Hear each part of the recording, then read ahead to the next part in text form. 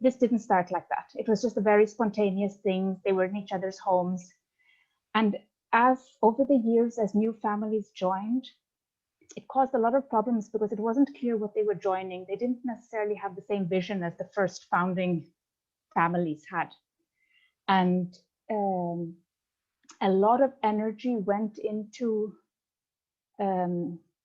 convincing new families, for one thing, that we were working with integral education and not something else. We were not an eco school or a Montessori school or something else. We were working with integral education, and that was not going to change whatever parents were coming and going. But it became quite unstable for children also, because they would make new friends and then the parents would get shaky and scared and not understand what we were doing, and they would take their kids out. So it was quite many years of this very challenging times with the families not really daring to go there. And each year we're kind of thinking about, well, how do we communicate better what we're doing? How do we even understand what we're doing well enough to be able to communicate it to someone else? So first we have to, if we're not clear enough, there's obviously something we're doing wrong if we're not able to share properly what we're doing. And in a traditional system, you have things to show. You'll have the children's textbooks, and you'll have the whole, when they're producing things all the time. But when we're working on the process instead, there isn't that. You can't grasp it. It's not tangible in the same way what the children are doing every day. And this became very difficult to explain to children, that maybe one child just needs time and needs something completely different. And then we came to this research that a year and a half ago, we decided that we needed to really study what we were doing and to do like a more formal research for ourselves to understand what we're doing better, and then to be able to communicate this better to parents and to even to like SIRE and other bodies in Auroville that we always got a lot of criticism from. So that's the like kind of the research that we worked on, and that Lakshmi asked me if I could share a little bit about today. So that's, yeah. I don't know if you all want to share something before I tell. Thanks, Maya. Yeah. Yeah, we've been having these conversations, and as you and I were talking, that you said, there's so much more depth into these three principles. And yeah, if anybody has any comment, yeah, go ahead, Martha. Maya, I actually was one of your teachers back in your early days in Auroville. Oh, really? I remember when you and your family came, and Really? my name's Martha, and I had taught at Center School. Oh, how nice. And I remember we had a commonality in being familiar with you in Swedish and me in English with this little book, Miss Jaster's Garden. I don't know if you remember that, but I remember. I don't, but wow. That discovery that we knew that, and we were both familiar with that book because I had been reading it to my children. And I'm really very much interested in your project and how you're working to improve the education there, because I know that it has been rather unstructured for some time, and maybe structure is not the issue, but certainly a more focused way of providing education and education opportunities is so important. So thank you for appearing with us today. Yeah, I know it's late for you, but anyway, we have to. And thanks for. Oh no, this timing is fine. It's just 10:30, so it's not so late. Yeah. I have a quick question. Could you, I'm really interested very much in hearing about what your observations and such were of your own practice and your own initiative. But prior to that, you had said you all started with the parents joining. Could you explain as to what was the intended goal of that? What were your initial thoughts in terms of when you started the program? I was not part of the program when it started. I Oh. joined a few years later, but it was parents who felt that, you know, we can't offer the children an integral education unless we're working on ourselves. If we're not ready to work on ourselves, we actually have nothing to offer.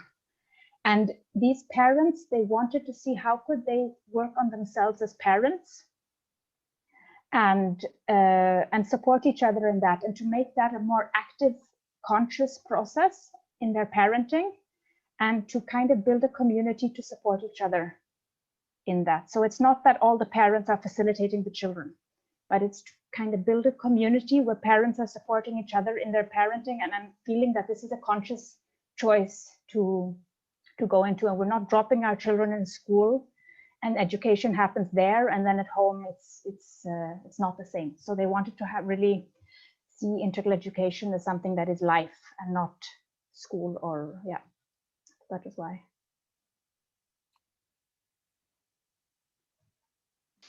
Yeah, I must say that it's the first time that I heard from someone who is speaking about integral education that there are more doubts and more questions than answers, which is a very, very good sign, I think, because I think my impression is that we still do not understand really what integral education is about, at least in the original version, as Mother and Sri Aurobindo were talking about, and also Mother put into practice as far as she could until a certain time. So I appreciate this very much, because I like this questioning. My impression is that nobody really, myself included, of course, that we really still understand what they were trying to convey us. There is something missing, something lacking in the practice. Perhaps in the theory, you know, it's easy. I had also this experience. In the theory, it's easy to understand, but when it comes to the practice, it's not that easy. But well, this was a comment aside. But my question is, you said you had also an experience with the Montessori schools, and in what sense would you characterize the difference between Montessori and the integral education as you understand it? Because I think there are many commonalities, but it's not clear where the real difference is. Did you develop some thoughts about that? I think that in a lot of the big, like, the ideas are the same. It's child-centered, it's learning, it's the principles. The principles are the same.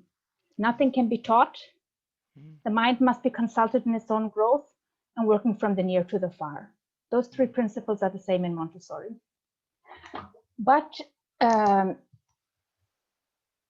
and I think what Montessori did was that she spent so much time observing children and looking at how to implement these principles in quite a regular setup, and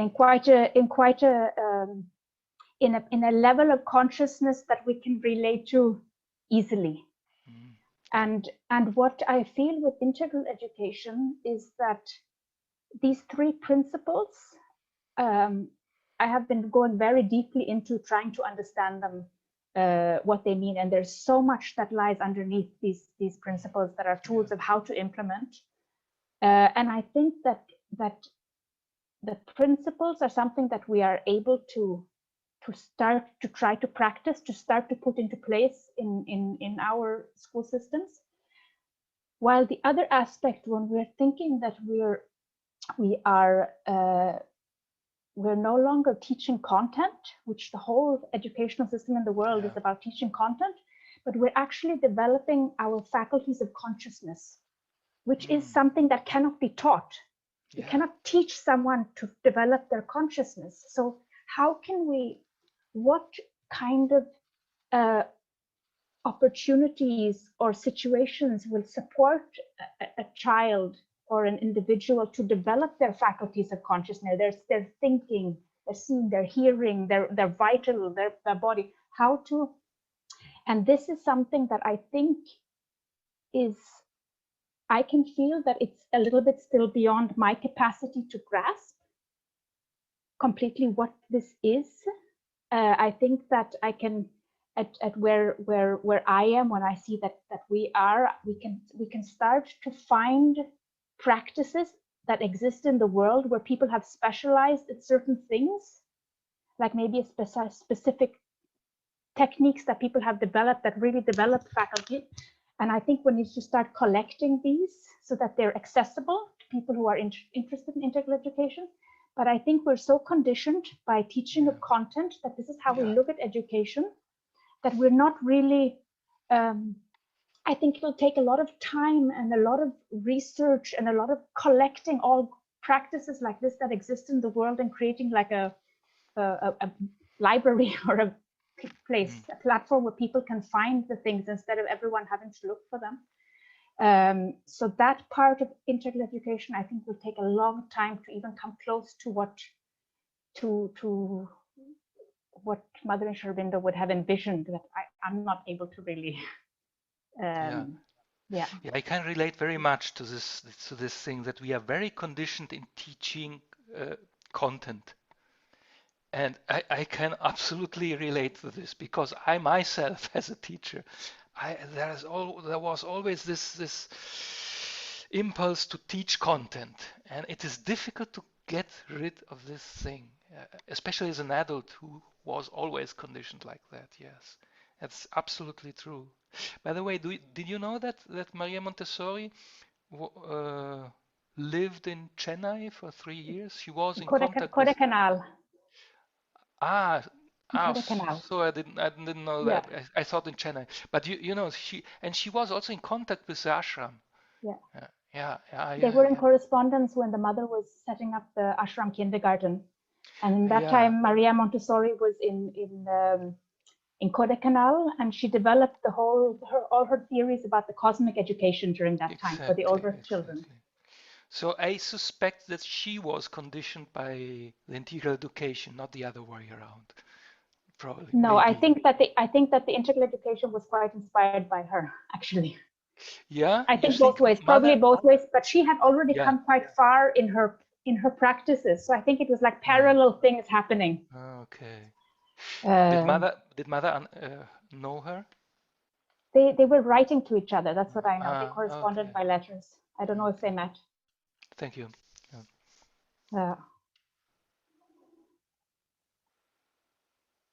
So, any other questions, or you want me to share about what we've been doing? Yeah. Okay. What? Yeah. Go ahead. Go ahead. Okay. So basically, the where we started was that we were spending all this. We were trying to develop this kind of different way of working with the children, and we just kept having to deal with adults on every level. And for me, I think also having been preparing myself for so many years outside of Auroville, and then coming back to Auroville, like, okay, now I'm finally here, now I can really do it. Because for me, Auroville is a gift because it's probably one of the few places in the world where we're actually free to try to practice this in its full. Everywhere else, like when I was in Sweden, I could do what I could in my little classroom, but there was only so much I could do because of the structures in the country. And I see that so many schools in the world with all different approaches with integral education, with democratic education, even with Montessori, struggle because of this, that there's a limit to what you're able to do. We decided to do this research for 1 year, and somehow several things came together at the same time. A group of people who were interested in doing research. We got a woman, Alessandra, who's a filmmaker, and she has a background in education, and she offered to stay with us for a full year and be present every day in everything, because we felt we need to capture everything so we can actually see what we're doing and to be able to look back at what we're doing. So she offered to be there, and we had this research team, and then we decided to put certain things in place to support the research. One thing was that previously we've always been doing reflections with the children.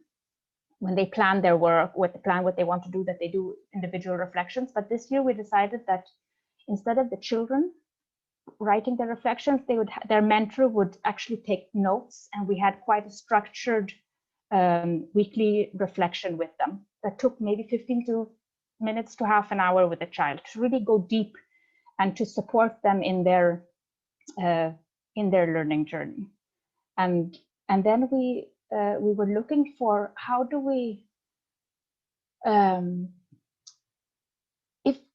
when learning is not tangible, when parents can't come to an open house and look at the notebooks and check the worksheets and things like that, what are we looking for? If we're not looking for that kind of learning, if they can answer all the questions on a test or something, what are we actually looking for?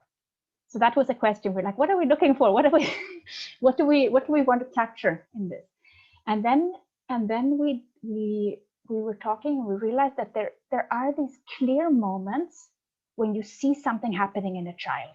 You see it. You see that there's like an aha moment, or you see that there's a deep struggle that the child overcomes and manages to do something else. And there are all these special moments that happen all the time. And when you don't take notice, you see that they happen, but at the end of the year, actually you don't really remember everything that's happened in the year. And over several years, you definitely you remember a few, but not all of these moments. So we decided to call these moments magic moments, whether they're struggles or not, and like that. And then we decided that we're going to capture all the magic moments. So each child has a mentor that they do the reflection with every week. And then they have quite a few different facilitators in all their different activities, like their sports activities or their art. And because we use Auroville as a campus, so they all have different schedules kind of that each child has put together for themselves. So all facilitators were involved, and we involved all parents. So every time, and we created a WhatsApp group, a magic moment WhatsApp group. So every time someone would observe a magic moment in the child, they would just write in the WhatsApp group magic moment and the name of the child, not describing what it was. And then the mentor of the child could contact that person, whether the parent or another facilitator, and ask what happened and make a note of what had happened.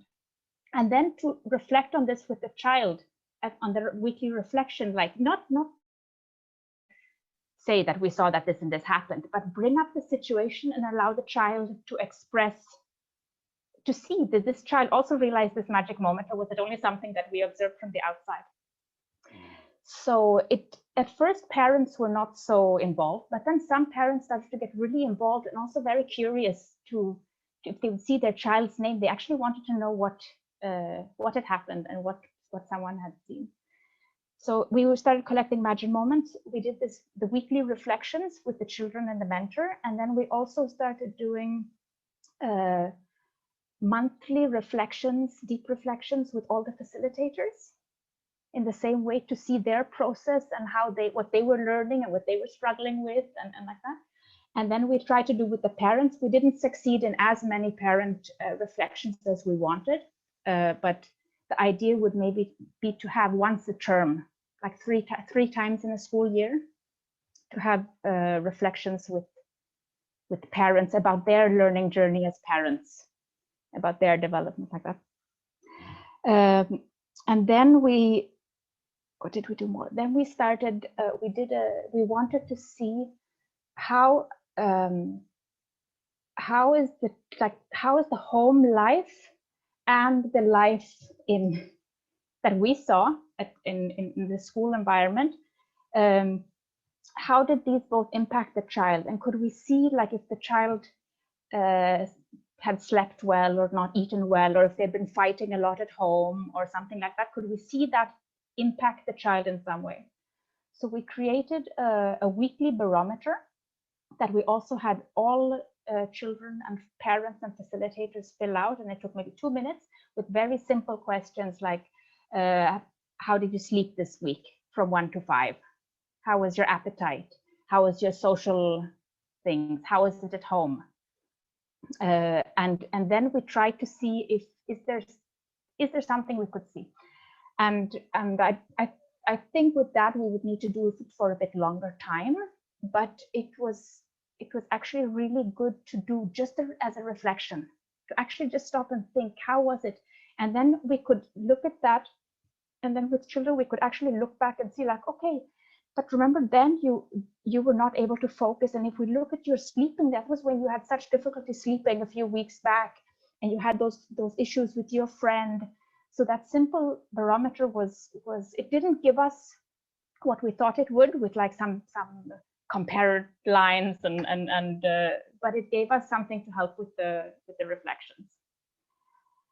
And so this we followed, and then we had Alessandra, who was there filming all the challenging moments and all the beautiful moments and all the in-between time where she was wondering, what am I doing here? What am I looking for? Is anything happening? And I think now she has about 400 or 500 hours of film material that she's been sitting and sorting. And she's making a film that is going to be ready in a few months with her journey as a filmmaker through this, and her kind of discovering integral education through this, where she was familiar in the beginning, but really understanding it at deeper level through this film. So that was kind of the research that we did. And then obviously what it also brought was that before we always wanted to have meetings where we would talk about education and talk more about what we were doing, but somehow logistics would always take over, and we would sit and we would talk about all the practical things, and then we would say that we need to talk more about what we're doing, and let's do it next meeting, and then somehow it would always be pushed to the last meeting, and then we would have half an hour only. And actually calling this research and saying that we're doing a research made us put a lot of time. So we would spend many hours each week on meetings that we would call research meetings. And even if we would just sit and just talk about this, the insights and the understanding we would get through all these conversations through the whole year was really, we learned so much. And because each one kind of has a different experience and a different understanding, and taking the time to hear each other and share that was really great. And then at the end of and also because somehow we wanted this, we had a feeling that often when we do things, they just go on and on and on, and we don't really finish things, and then they kind of fizzle out and we don't do anything.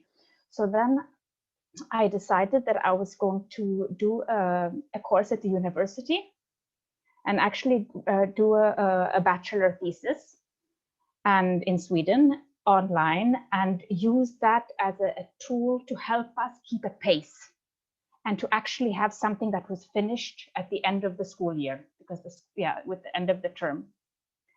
So that was that kind of helped us to structure it, like now we need to look at this part, and now we need to discuss this, and now we need to do that, and then it have to be finished. So it was very helpful during the whole process, but in the final, like in the discussion, in the end of when we were coming to the end, it was like, that was when we were like, wow, we were discovering all these things, and there was no time. It was just like, okay, paper has to be handed in a few days, just finish it and hand it in. So in the research paper, it's like the discussion in the end is like a whole new world that opened up to us kind of in our own discoveries. And we're working on that now to see how to document or like put together that part, which is a lot about the three principles and understanding them really at a, I feel that, I think what I discovered is that these three principles, they're often written like, oh, nothing can be taught, we don't teach the kids, we're not here to teach, or the mind must be consulted in its own growth. Oh, the kids are allowed to work at their own pace, and working from the near to the far. Yeah, we work with things like close by, when we work from what is closer to them and expand out. But what we discovered somehow is that these three principles, I don't know, I see it a little bit like a magical hidden key, you know, when you don't give out all the information, but it's, if you start to look, it's hidden just underneath. And so what we discovered there is like nothing can be taught. Like you're welcome to stop me anytime. Huh? Stop me anytime you want, and if anything is unclear or you want to ask something or whatever. If we compare with like a seed of a tree, in that seed is already everything that is needed for the tree to grow. You don't need to teach the seed anything. It knows everything how to become a tree. And we have taken that away from children by saying that the seed is empty and we have to put everything inside. But the child, just like the tree has a seed that is full, everything in nature is like that. And the human seed is the same. And inside the human seed, there are things, there are capacities for development like imagination, curiosity, a questioning mind, consciousness. We have all these stages of development. A child goes through stages of development that leads them forward. These are all things that are inside the human seed. And because all this is there, we don't need teaching. So it's not about the teacher, we're not teaching in the classroom. It's about seeing we have the seed. And how can we nurture all these capacities that are inside the seed? That's what education is. If nothing can be taught, means how can we nurture the child's imagination? How can we nurture the child's curiosity? How can we nurture all these natural things that are inside so that the child can develop to their full potential, not for some future full potential, getting an exam or doing something, but today, where the child is right now in their growth, in their little sprout of the seedling, how can we nurture this seedling to reach the full potential today? And if we can try to do that the best we can every day, then we believe that the child can reach their full potential in their life, in their unending education later on. So somehow that is like the, you know, and if you start to look into that, if you start to try to understand imagination, if you try to understand curiosity, if you start to try to understand aha moments and all these things, that is trying to go deeper into understanding what nothing can be taught means. It's not just being the teacher in the classroom who is not teaching but helping. So then with the second principle, if we're looking at, so the first principle is very much about how do I develop myself? No, if how do I develop myself to my full potential? How do I develop my consciousness? How do I develop my whole being? This is integral yoga. This is the process of integral yoga. How do I, through my human development, through my life, from childhood through my life, how do I develop myself to my full potential during this? The second principle working from the near to the far.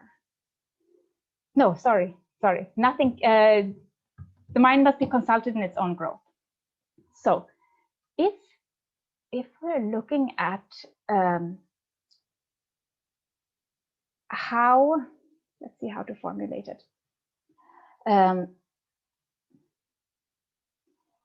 In the world today, we have all these problems. We have people fighting, we have competition, we have wars. Everyone is like pulling at their egos and wanting this is like the big problem of humanity. And the school system is trying to make everyone the same. No, it's like you put children in all at the same age and feed them through the system so that they'll all come out the same, and then they'll all have the same skills. And we're trying to, with the educational system of today, we're trying to create comparison, competition, ambition, like who you have to be the, and in the whole system today, there's like a hierarchy. You can be the teacher, or you can be the head teacher, or you can be this, like this, all these different rankings to create kind of a competitive, you can get stars and you're the top student, or you have grades, and it's like everything is built on this. And if we want a world where people instead learn how to collaborate, how to care for each other, how to value everyone's differences, how to see that we don't all have to be the same. We can all, each one can be different, and that is something that is beautiful and helpful, and that is what the world needs. And how do we create an educational system where we nurture these things that will bring this to humanity, collaboration, and to yeah. So this comes through the mind is consulted in its own growth. Because if we create a system of education where each one is allowed to be different, each one is supported in their strengths, and from the beginning, children see that this is something positive, and they don't see differences as something negative. Like we have to have mixed ages, not to sort children by age anymore. That's completely unnatural to sort children by age. To have mixed ages where older and younger can interact and learn from each other. That brings so much care, and to have different cultures and different ages and everything mixed, and that someone can be good at music and someone else can be good at writing and someone else can be good at, and and that's really the what is so beautiful with an education. And if the mind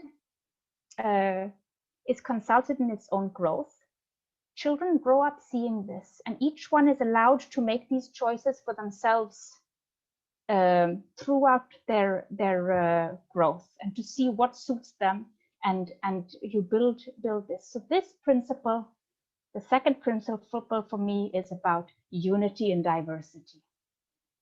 It's how do we build unity and diversity is allowed to leave all the seedlings, all the seeds sprout, and each one grow in whatever way, and allow all the seedlings to grow differently and all the trees to become different trees, and that makes a beautiful forest. And so this is the second principle. And the third principle, working from the near to the far, that is for me a like you can't work on the third principle without working on the first two principles. Because by the process of integral yoga, nothing can be taught. It's the individual growth. And through the second principle, we are all growing together. We're caring for each other. And through these two, we see that working from the near to the far is really putting these two first principles into practice. So how do we now make it happen with the children, and for ourselves throughout our lives? So it's doing this through real life. what situations can we use the first and the second principles to practice this through, what examples could I give? It's like this, it's like, I think it's Sri Aurobindo who describes it as a threefold process. It's like we're in a constant thing of taking up new information, new experiences, and then we're trying to integrate them and add them to what we already know and understand. And then there's a synthesis, and we've reached a new level in our consciousness from those experiences. And this is a process that's constantly going on in us, this threefold process.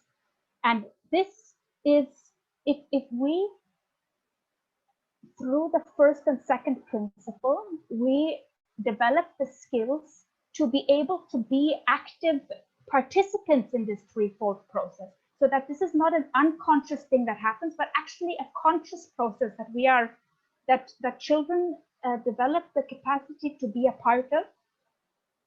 This is what can take us to unending education, because unending education is not the same thing as lifelong learning.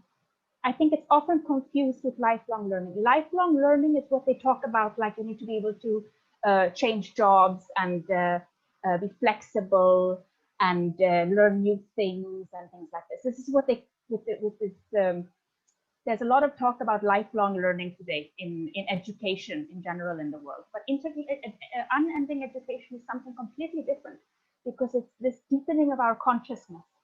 So it's how to become an active part of that by what we are developing in the first and second principle. Does it make any sense? So the third one, from the near to the far, is the ongoing journey of an unending education and being a part of this unfolding of oneself. That's kind of where we're at in our discussions and in our practices, and it's just a beginning, but it's like some sparks that we have that have inspired us in our practices. So thanks for sharing, Maya. Because even for me, I'm not an educator, but as volunteering and observing myself and my own children, there's a lot of research, but I think the practice, and I think now we're at a stage to practice and integrate different researches together. Anybody? I know, Malti, you're working currently. Okay, go ahead, Andrea. I was fascinated by the entire description. Thank you so much. It seems to me that the key piece of this is the use of the mentors. That if you get the scale right, if you get the right number of kids in a group, so the mentor can pay attention to each one, that's the piece where you can make all these principles really active.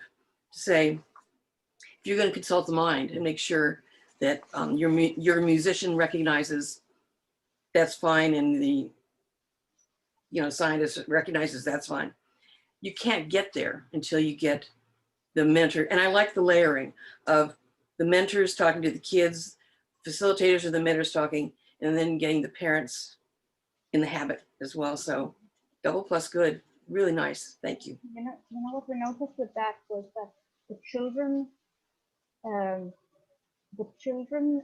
quickly saw how helpful it was, and how they could understand patterns in themselves, and they could start to recognize their own development, and they could see when they have overcome certain challenges that they had, that, oh wow, then we can look back and you can actually read about it. So it's really, the kids really look forward to these reflections, and they really like them. And it's also a chance that they can just sit and just share everything that's happening in their lives. And that someone also just takes the time to sit and listen and see that everything is important and a part of where they're at. Agreed. Maya, like Miss Andrea said, I was too extremely fascinated in the way you described integral education.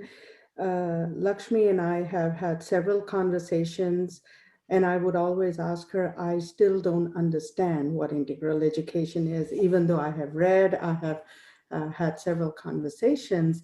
And I would say that the way you explained it alongside the three principles really sunk in for me, you know, a little bit, I wouldn't say sunk in. I mean, I have a better sense of what integral education is now.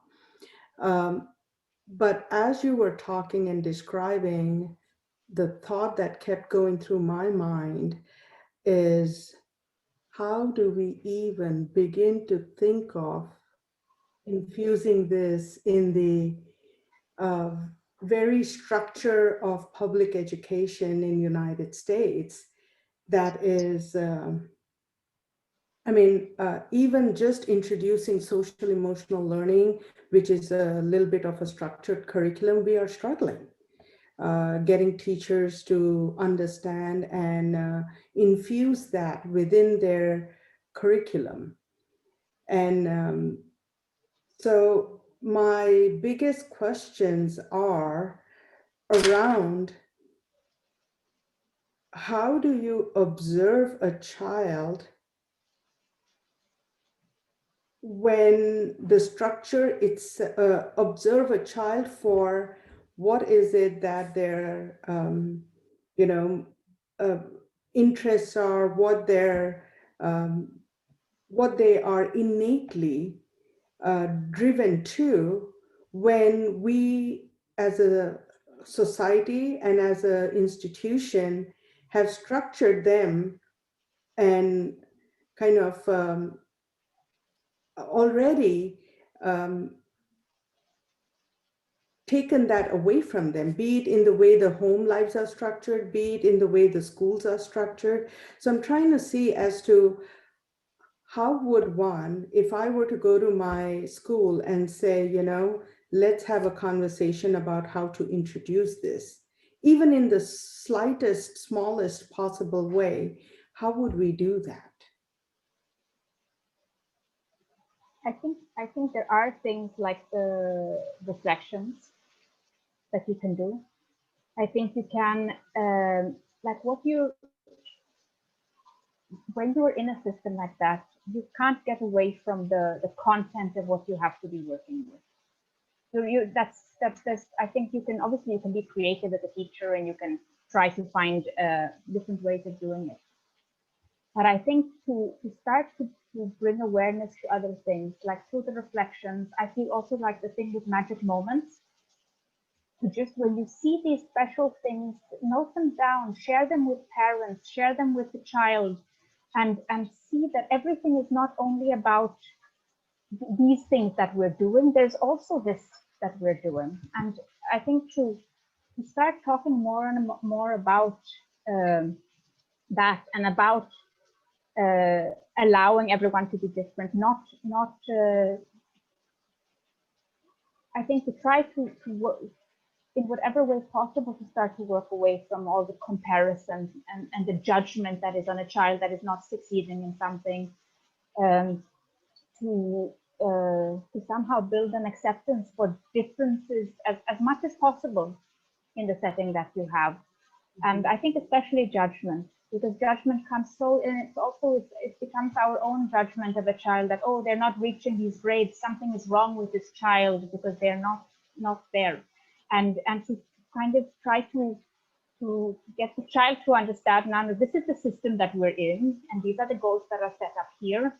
But I can understand that you have all these other strengths, and this is like to not have the child feel that they are kind of doomed because they're not successful in one area, or because they maybe don't even have a space for their passions to be expressed in that setting. Not to so I think that yeah, as much as possible to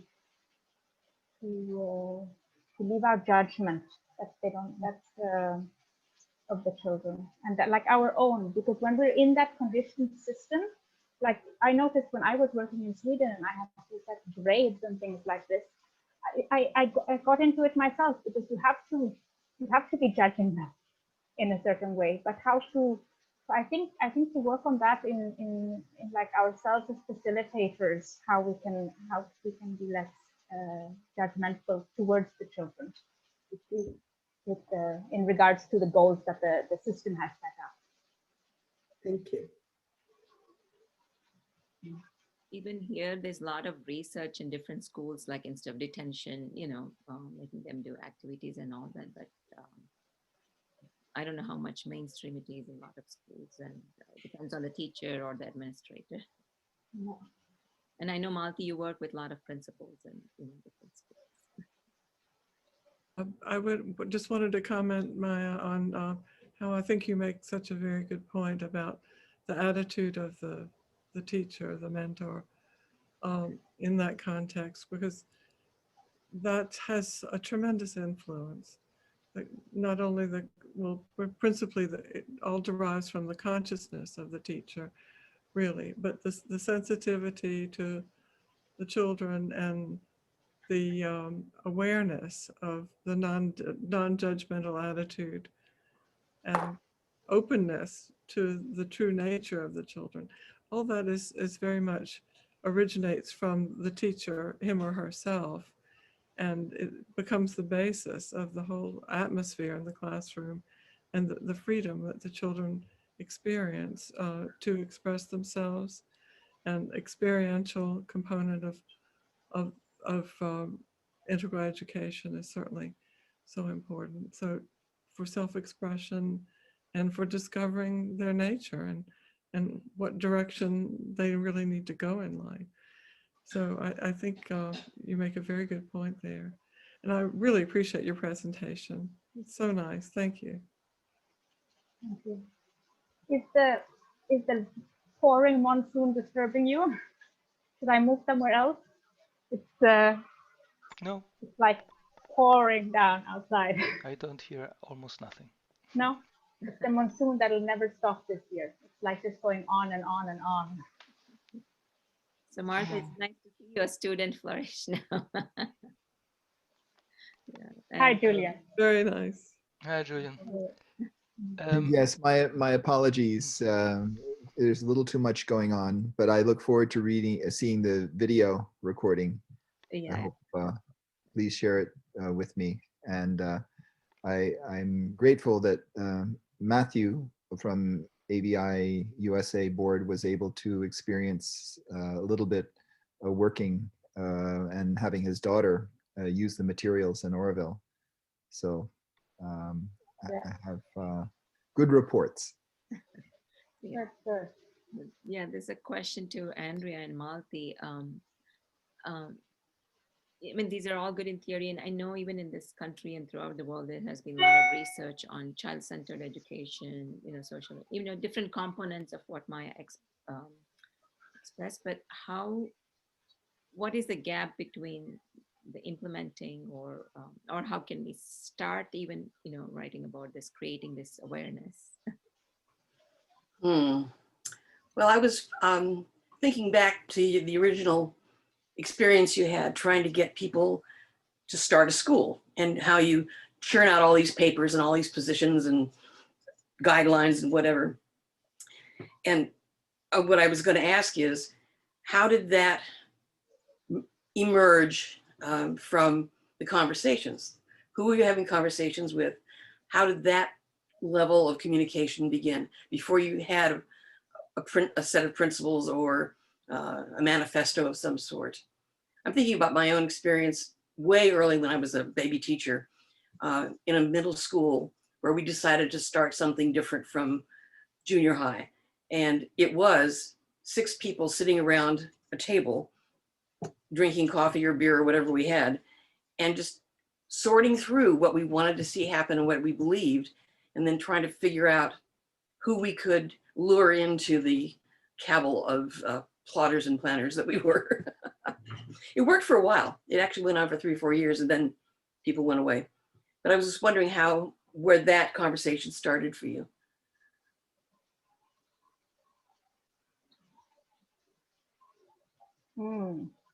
I think it's from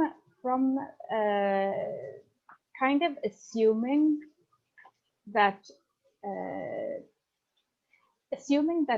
everyone who's come to Auroville is there for the same reason, and everyone should be sold on this kind of education, and everyone should want this for their kids because they have chosen it for themselves as joining. So I think there were a lot of assumptions like that, and so like from the first group who started the learning community, who had all these things clear in their, because they had been working for so long, and then all the other people who joined, maybe the coming 3 years or something after, 3-4 years after it started, there was this assumption that everyone is joining for the same reason, and then it became very clear that it was not. And people had all kinds of expectations and things. And also where towards, for example, Sire, who is the channel who channels in money from the Indian government to the schools, it was also not clear what it was. Is it some parents doing something in the forest with the kids? So there was a lot of talk in the beginning, like it's a bunch of kids climbing trees in the forest. That was like the stamp that we had. And then we had some very challenging years where we had some meetings, some very challenging meetings where parents were really questioning, like, who are you to decide that we're doing integral education here? And at that point, actually, some of the founders left. They couldn't take more time sitting in these kind of conversations about the philosophy and how to implement it. None of us know. We're all discovering, so there can be 1,000 ways of implementing integral education. But to even be questioning if this is what we should be doing or not in Auroville, or trying to do. So out of that, kind of, we started fumbling to see how we could put some systems in practice. So it was really like, and first we did something that was like, because we had faced such challenges, we wanted to be overly clear with what we were doing.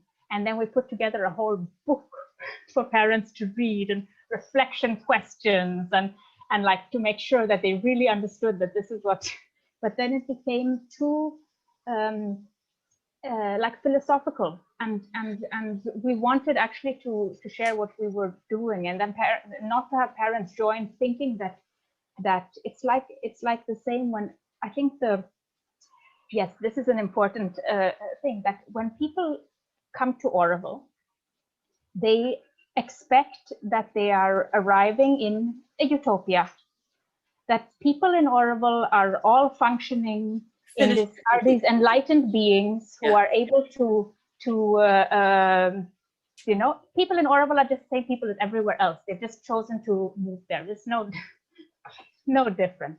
So, but there is this feeling that it's these people who have come there somehow have these other capacities, and then there is all these conflicts going on, and that's the reality, that one has to develop ourselves. We have to go through all these struggles. We have to face all these things in ourselves to be able to grow and to develop our consciousness and see what our challenges are with our egos and our things. And that's what Auroville is kind of churning all the time. And the same way that when you come with your child to a traditional school, you know what you get. You could put up a school anywhere in the world and it's the same. You know, there are walls, there are desks, there's a teacher, there's a curriculum, it's being taught, the children will be fed out, they'll know the content, we can give them an exam at the end, they'll have their diploma, and it's like, there's no question. It's like people expect a product.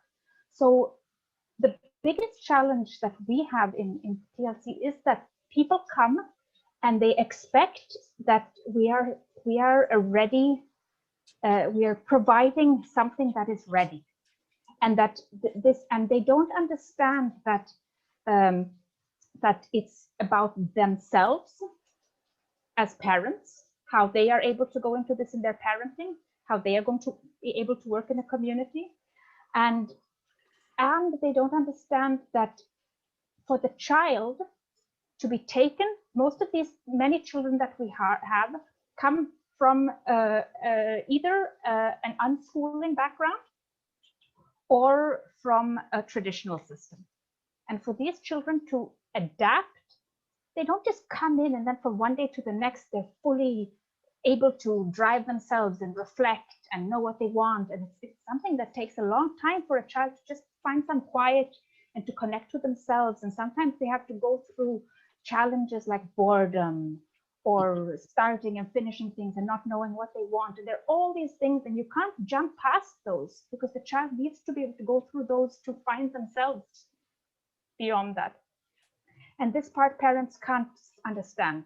Most parents can't understand this, so they get very frustrated in this kind of gap from being able to know right away that this week my child has had these classes and this is the content. So we and this is like our biggest struggle: how to convince, how to get parents to understand this, and how to get and to trust in the child, that if we just allow the child to be and listen to the child and really get there, the child will get it. There's no doubt that the child will find their way if we're all just trying to nurture the child in the best way we can. It can't go wrong.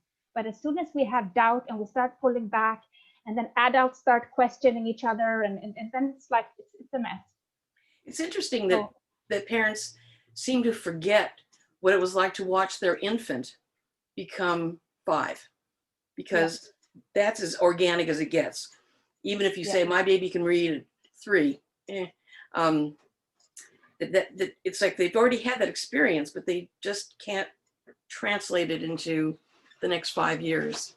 Yeah. So you're not going to tell a parent of a 6-month-old that, you know, the parent is not going to tell the child that now you have to start walking. or say, no, sorry, we're not walking at 1, you have to wait until you're 2. It's like, no, it's the child is telling clearly that right today is the time when I need to be walking. Right. So Lakshmi, the fundamental answer to what you asked, which I thought was really good, and I'm going to shut up so somebody else can talk. You can't have a setting like this unless you begin with being able to question the assumptions you have about what education is.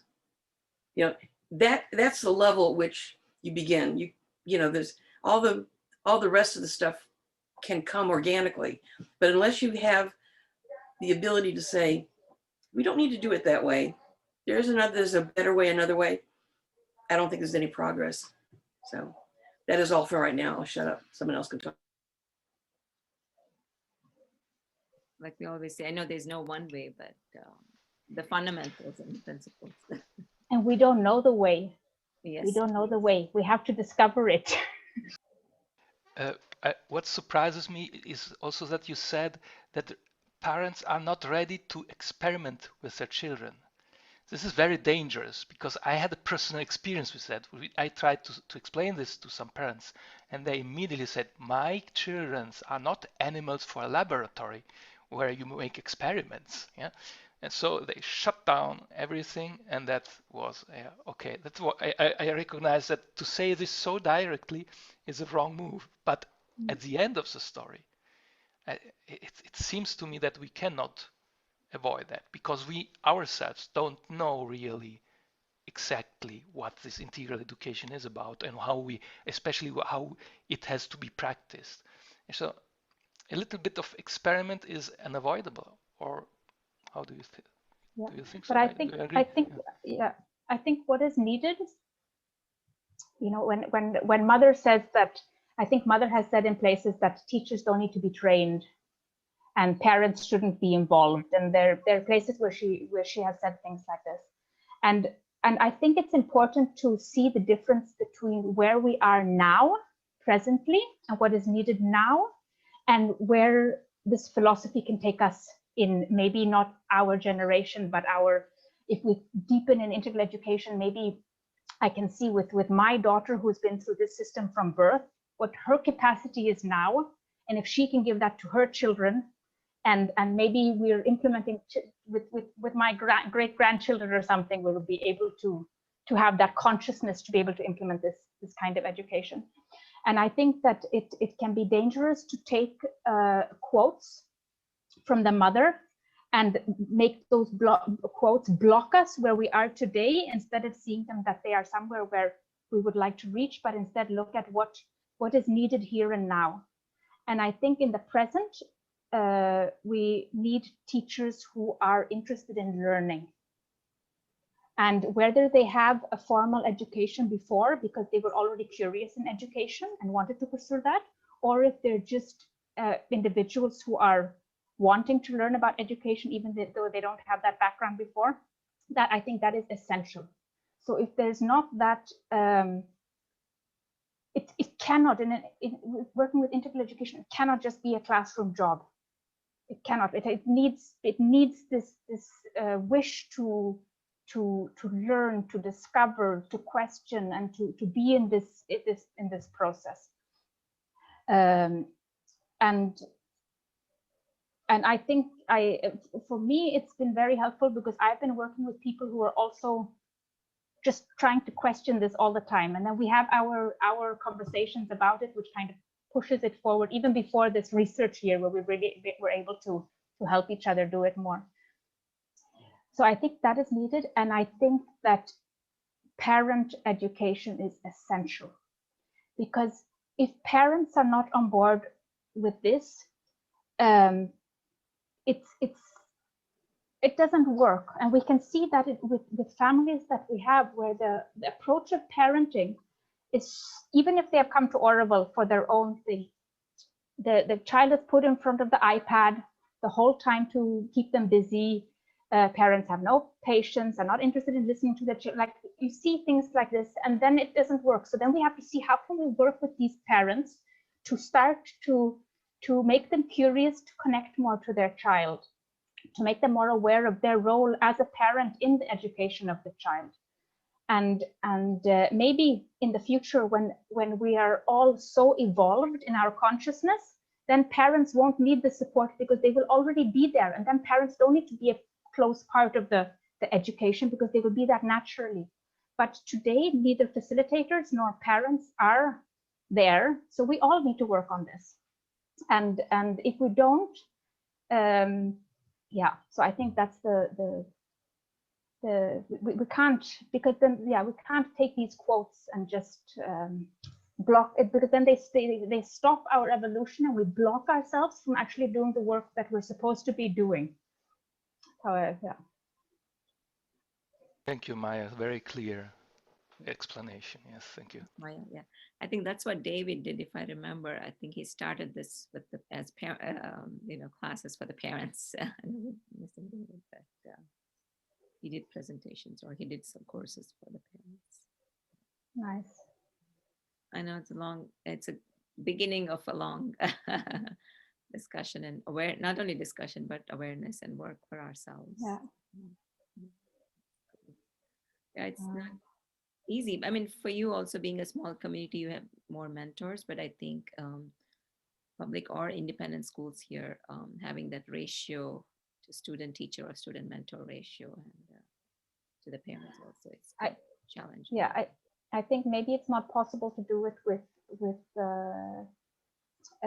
parents or with facilitators unless you in your team kind of decide that let's have one day where we like do a reflection with each other. You know, if you have your teacher meeting and you sit 2 and 2 and just take half an hour to do reflections or something like that. But for the children, I think it is possible to do it if you make it a priority.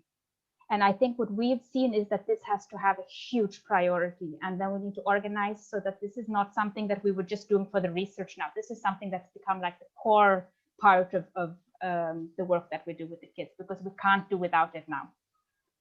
And I think that if you decide that this is really important, then I think you will make it happen. And then you see how you you could do spread out children during the week. You don't have to do all the same day.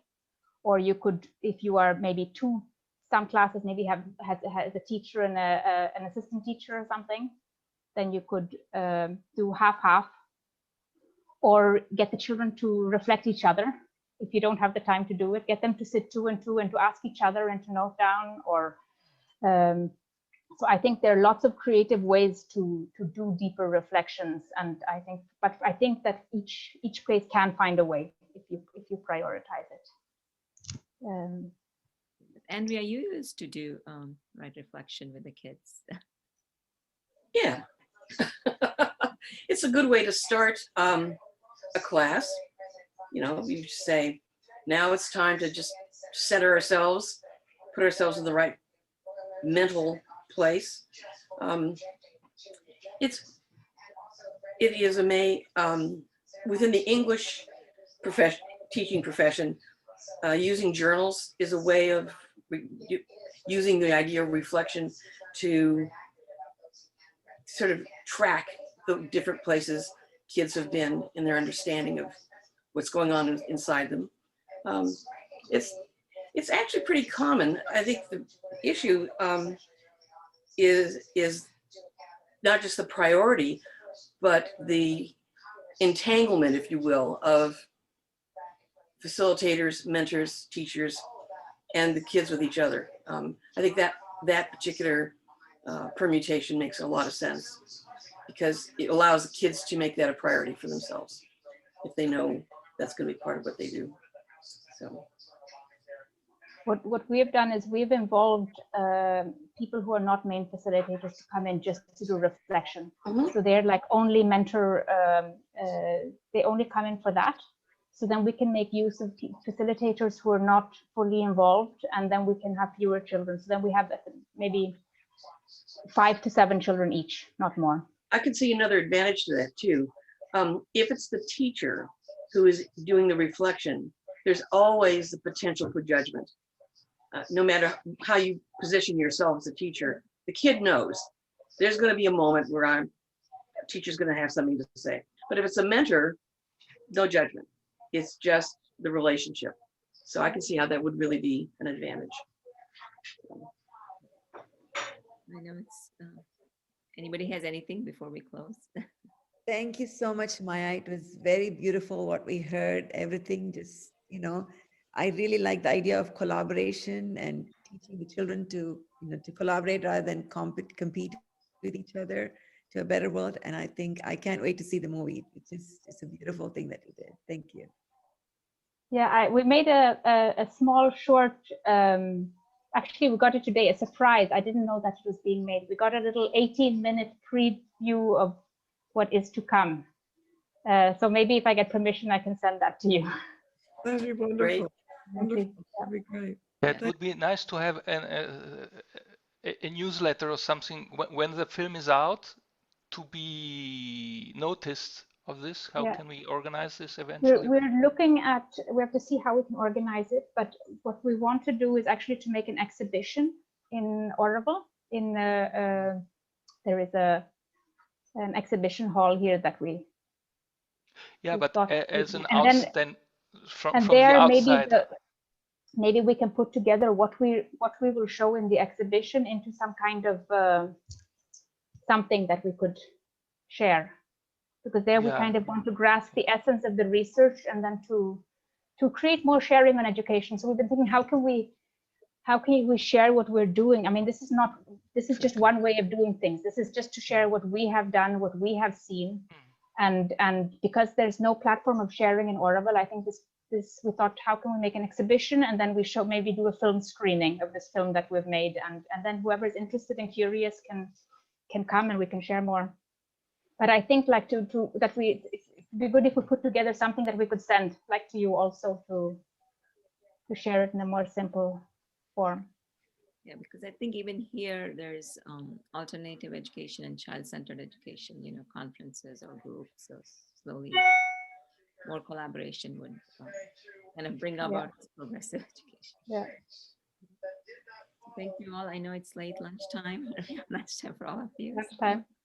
Well, thank you all. I'm so curious to hear now. I've been just talking and talking. I'm so curious to hear about all of you and what you're doing, and I have to join next time, and then I'll be quiet. Come back next time. Yeah, then I won't say a word. I'll only ask questions. No.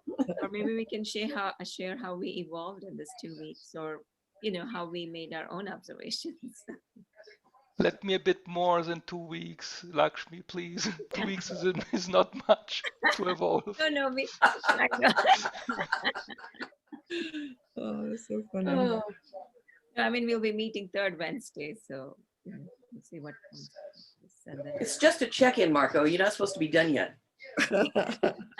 That was the delightful piece about teaching high school. They weren't Yeah, but done.